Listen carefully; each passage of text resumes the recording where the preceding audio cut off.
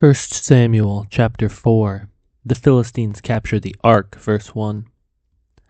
And the word of Samuel came to all Israel. Now Israel went out to battle against the Philistines. They encamped at Ebenezer, and the Philistines encamped at Aphek. The Philistines drew up in line against Israel, and when the battle was spread, Israel was defeated before the Philistines, who killed about 4,000 men on the field of battle. And when the people came to the camp, the elders of Israel said, "Why has the Lord defeated us today before the Philistines? Let us bring the ark of the covenant of the Lord here from Shiloh, that it may come among us and save us from the power of our enemies." So the people sent to Shiloh and brought from there the ark of the covenant of the Lord of hosts, who is enthroned on the cherubim. And the two sons of Eli, Hophni and Phinehas, were there with the ark of the covenant of God. As soon as the ark of the covenant of the Lord came into camp, all Israel gave a mighty shout, so that the earth resounded. And when the Philistines heard the noise of the shouting, they said, "What does this great shouting in the camp of the Hebrews mean?" And when they learned that the ark of the Lord had come to camp, the Philistines were afraid, for they said, "A god has come into the camp." And they said, "Woe to us! For nothing like this has happened before. Woe to us! Who can deliver us from the power of these mighty gods? These are the gods who struck the Egyptians with every sort of plague in the wilderness. Take courage, and be men, O Philistines, lest you become slaves to the Hebrews, as they have been to you. Be men and fight." So the Philistines fought, and Israel was defeated.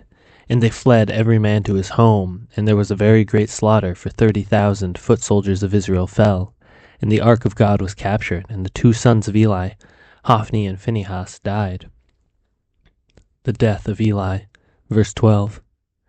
A man of Benjamin ran from the battle line, and came to Shiloh the same day with his clothes torn and with dirt on his head. When he arrived, Eli was sitting on the seat by the road watching, for his heart trembled for the ark of God. And when the man came into the city and told the news, the city cried out. When Eli heard the sound of the outcry, he said, "What is this uproar?" Then the man hurried and came and told Eli.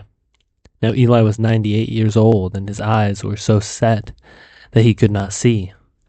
And the man said to Eli, "I am he who has come from the battle. I have fled from the battle today."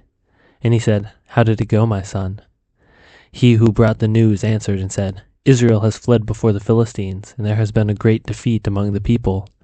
Your two sons also, Hophni and Phinehas, are dead, and the ark of God has been captured."